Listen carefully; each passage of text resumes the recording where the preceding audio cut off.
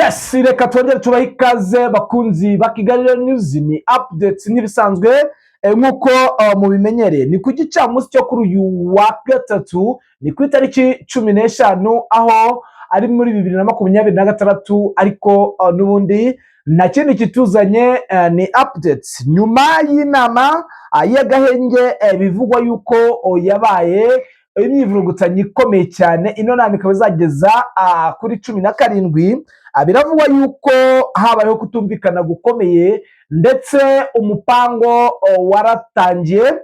Kisekedi murabizi ko nubundi ategura amaginga ya ibintu bikomeje kuba ibindi, aho nakubwira yuko mu bice bya zone ya Minembwe na Masisi drone zakomeje kukameza ndetse n'ibitero by'ubutaka bikomeje kubangamira ituze ndetse n'abaturage bavuga ururimi rw'ikinyarwanda. Ni mu gihe kandi AFC M23 yiyemeje ikintu gikomeye. Ese ni ikihe? Uraje ukimenye. Turanyarukira mu gihugu cy'u Burundi, mu gice cya Kibira. Bivugwa yuko na n'ubu ngubu Barundi bakivuga ibyababayeho ko ari ibintu bidasanzwe. Ni gute bimeze?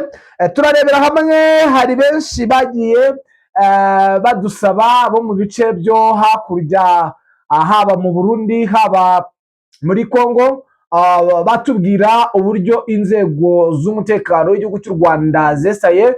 Nabwo turi banyuriremo tubabwire uko inzego z'umutekano zubatse. Ku murongo wa telefone turi kumwe n'umuroko Informa, araduha ido n'ido bikomeje kuba n'ibikomeje kugenda bigaragara ku butaka bw'iki gihugu. Ni mu nyemerero tuze turebere hamwe ibyo byose ndetse twumve umuroko wacu Informa uko gahunda zifashe nuko ku butaka bw'iki gihugu bimeze. Ariko mboneyeho no kugushimira wowe wahisemo kubana na Kigali News.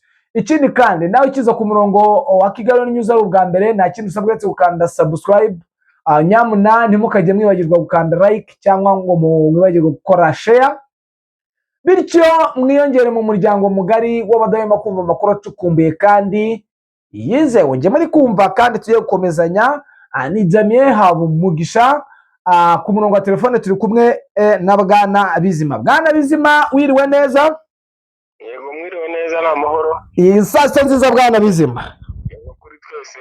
Yes, ni ihuriro rya AFC M23 aho bari mu biganiro mu Busuwisi. Bivugwa yuko ubuyobozi bwa AFC M23 buzakomeza kurinda abaturage. Ubuyobozi bwa Kongo buhora buvuga amahoro bukanashyiraho ibiganiro, ariko mu Minembwe na Masisi ntihasiba ibitero bya drone zica abaturage. AFC M23 abafashe icyemezo nakuka cyo kurinda abavuga ikinyarwanda muri Kongo yose, aho bari hose. Ntabwo ari amahitamo yabo, ahubwo ngo bagiye kubishyiramo inshingano, kandi ngo ni nayo bihaye kuva na kera. Kigali News, murabizi neza ko twari tumaze iminsi tutabaha ido n'ido ndetse tutabaha updates zigiye zigezweho ndetse n'ibintu byinshi mutamenye, ariko nagira ngo bamenyeshe ko inama barimo mu Busuwisi yabaye ingorabahizi ndetse mu nyuma zari zagiyeho. Murabizi ko uzihagarariye ari Mbonima.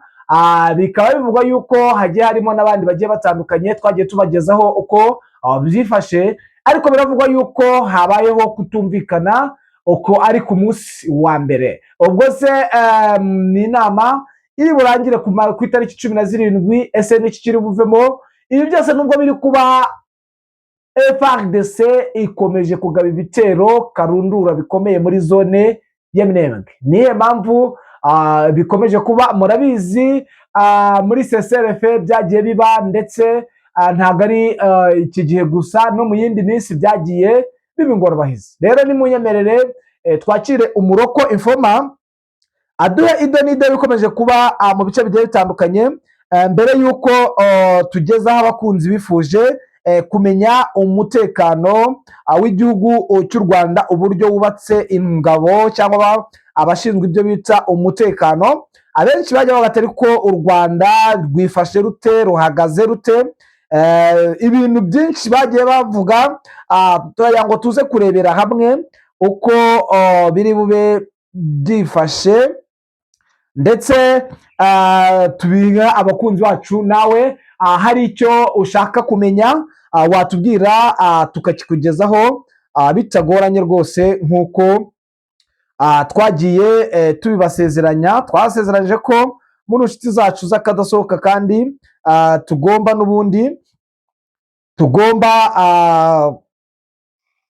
n'ubundi kubikora nk'abikorera nk'uko bisanzwe. Bwana Bizima rero ndagira ngo mbanze nkwibarize ikibazo gikomeye, kubera ko update waduhaye, watubwiye ko P5 yamaze gusa nkaho yamburwa inshingano yari yahawe yo kwita kuri zone ya Minembwe kugira ngo irebe ko yakora abo baturage bo muri zone ya Minembwe. Umbwira ko iyi zone ya Minembwe ubu yamaze kujya mu biganza bya TPDF. Izi ni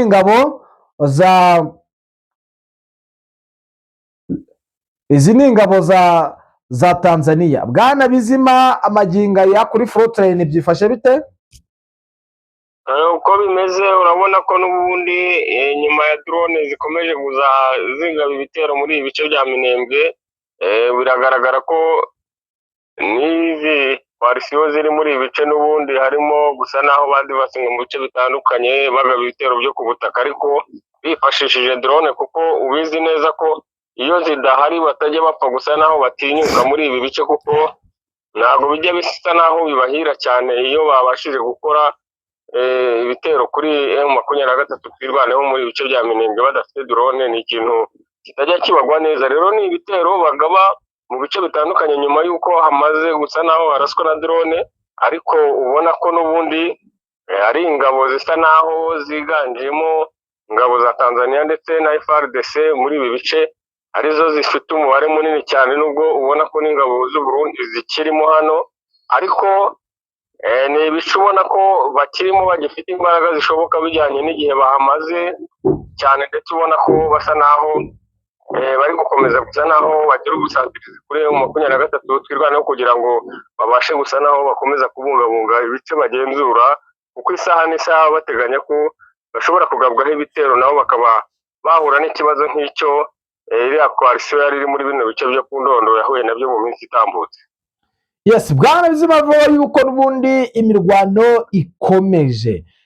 Byifashe bite ko ku munsi w'ejo n'ubundi ibitero bagabye muri ibyo bice, n'ubundi MRDP twirwaneho yabakubise umuheno kugeza ubu maginga ya ibitero byifashe bite, ko bivuga yuko noneho yahinduye ingamba, noneho hari ibitero bya drone ndetse n'ibyo kunyura ku butaka, bihagaze bite, byifashe bite? Impamvu bari kwifashisha drone cyane nuko nyuma y'icyo gitero cy'ejo cyabaye nkaho kibabereye guhomba, kuko ubizi neza ko iyo zitariho M23 twirwanaho muri ibi bice rwose nta n'iminota mushobora guhanganamo, kuko ibi ni ibice bamenyereye, kandi ku butaka byo rwose n'iyi coalition yabikwihamiriza. Ni ibintu itajya ibasha kugerageza ngo bitware umwanya, keretse iyo habayeho gusherenga yenda bakaba bakurura amasaha bitwaje imbunda z'imisada, ariko ubundi kuri frontline nta mwanya bajya bamara rwose ku mirwano ijya ibahuza muri ibi bice. Gusa ubu bari kwifashisha drone, ariko n'ubundi ntibava mu byimbo, kuko ubona ko nta gice babasha gusa naho binjiramo babashe kukigarurira mu masaha ashoboka yari yose, uretse kuba haba sabotage yo kuba bagabye ibitero muri ibyo bice, kandi bagasa naho bashubijwe n'ubundi mu bice bagenzuraga nk'uko bisanzwe. Yes, Bwana Bizima rero turaje uduhe ishusho y'umutekano cyangwa izindi updates zigiye zitandukanye, mbere y'uko n'ubundi twibutsa abakunzi ba Kigali News ibyagiye bibanza, nk'ubundi wenda tubibutsa uburyo ino zone ya Minembwe yabaye isibaniro, ndetse bamwe bakajya bavuga bati ese biba byifashe bite, biba bihagaze bite, abandi bakibaza ati ese ni iyihe mpamvu duhura n'ibibazo bikomeye kandi leta yari ibiduteza. N'ubundi nk'uko mubizi hari ikibazo cyavutse cyagaragazaga ko n'ubundi zone ya Minembwe bashakaga kuyikuraho bidasubirwaho, ndetse bikagenda bihabanya nuko leta n'ubundi ibitegura mu gihe cy'ibiganiro, ukabona ari ibintu bikunze kugorana ku rwego rwo hejuru. Impamvu rero ikomeye cyane, ni umugambi ukomeye n'ubundi wagiye uhabwa cyangwa utegurwa na Kisekedi kuva yajya ku butegetsi. Murabizi neza ko ibi byose byatangiye muri 2017 ndetse biranakomera ku rwego rwo hejuru, aho n'ubundi no komine ya Minembwe yari yamaze kuvaho, bamaze kuyikuraho. Urumva rero cyari ikibazo gikomeye cyane, kitari cyoroshye habe na gatoya. Binavugwa yuko byagoranye kumvisha iyi leta ko kumvisha ino leta ko ino zone ya Minembwe wasa nk'abayireka, ariko mu bigaragara biragaragara neza ko ari ikintu kigoye ku rwego rwo hejuru. Rero wenda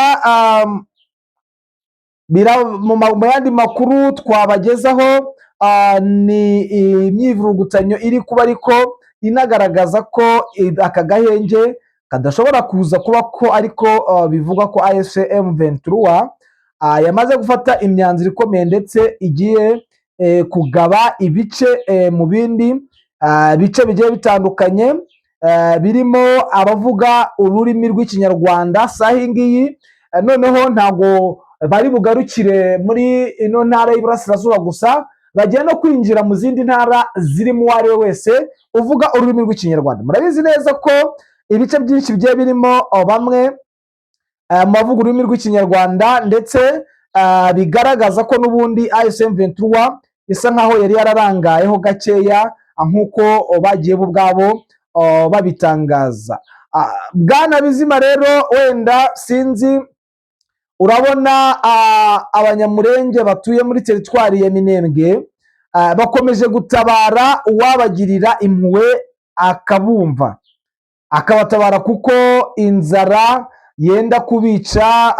Ibi ni bimwe byagiye biva mu masoko, ndetse n'abaturage bamaze iminsi bagoswe n'ingabo za FARDC na FDNB, aho badafite uburenganzira bwo kujya mu mirima yabo cyangwa kujya ku masoko. Ibyo bari barahinze nibyo bari barahunitse byose ngo byigabijwe n'izo ngabo dukomeje kuvuga haruguru, zibagose. Aho bigeze kuri none, ku byo abaturage bari barasigaranye barimo bari kudusaranganya, nabyo byamaze gushira. Aka kababaro ndetse n'akaga gakomeye cyane abanyamurenge barimo kuvuga, ndetse uku kugotwa byatumye ubuhinzi n'ubucuruzi bihagarara burundu, bituma inzara ikabije ifata abaturage, abana bato, abageze mu zabukuru ndetse n'abandi bafite intego nke, nibo bibasiwe cyane n'iki kibazo. Kigali News ivugana n'abaturage basabye ubufasha bwihuse bw'ibiribwa n'ubutabazi. Tubibutse ko igikorwa nk'iki cyo kwicisha inzara abanyamurenge ari imwe mu ntwaro Kinshasa na Bujumbura bashyize imbere kugira ngo bazabone uko babarimbura neza abasigaye. Bwana Bizima, niki kiri gukorwa kugira ngo aba baturage bageramijwe wenda babone icyo kurya? Uretse ubutabazi cyangwa sapoti yose yakoreshwa mu buryo bugoranye ndetse kandi bikomeye ku ruhande rwa M23 na Twirwaneho, yenda biturutse mu bice bagenzura, ariko binagera muri ibi bice bibagoye, kandi urumva nta sapoti yindi, kuko si ibintu byakoreshwa n'imihanda ihari yenda myiza ku buryo bagira ibyo babona biboroheye. Ariko ikigaragara cyo ni uko ubona ko iki kibazo gikomeye cyane kandi kiri ku rwego rwo hejuru, n'ubwo ubona ko nk'imiryango mpuzamahanga batajya babyitaho, ndetse ubona ko buri wese yanatabarwa n'uwe cyane cyane nk'izi ngabo zishinzwe n'ubundi kubarindira umutekano mu bihe byose.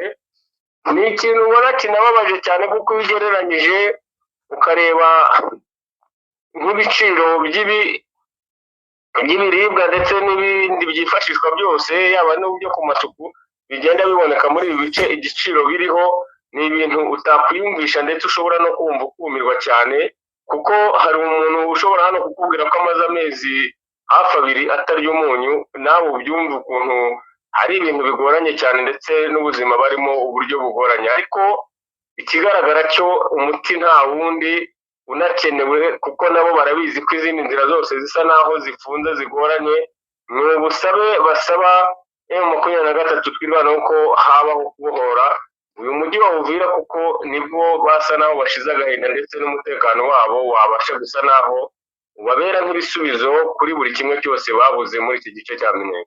Yes, Bwana Bizima, rero nimba nta urgence ndabona iminota itadukunde bitewe nuko updates ntago zazigomba kumara iminota myinshi, twarengereyemo gakeya na n'icyegeranyo nayo nakoze cy'uburyo inzego z'umutekano zubatse mu gihugu cy'u Rwanda abari babinsabye tuze gusubira mu makuru yacu ataha. Nawe rero nimba nta urgence ihari wenda ihambaye twagushimira. Urakoze cyane. Namwe bakunzi ba Kigali News, mwumva rero ko ari ikibazo gikomeye, reka mbashimire mbifuriza kugubwa neza kuri iki gicamunsi cyo kuri uyu wa gatatu. Ciao, Imana ikomeze yihanganisha abari muri zone y'intambara ndetse n'abarwayi muri rusange n'abatameze neza.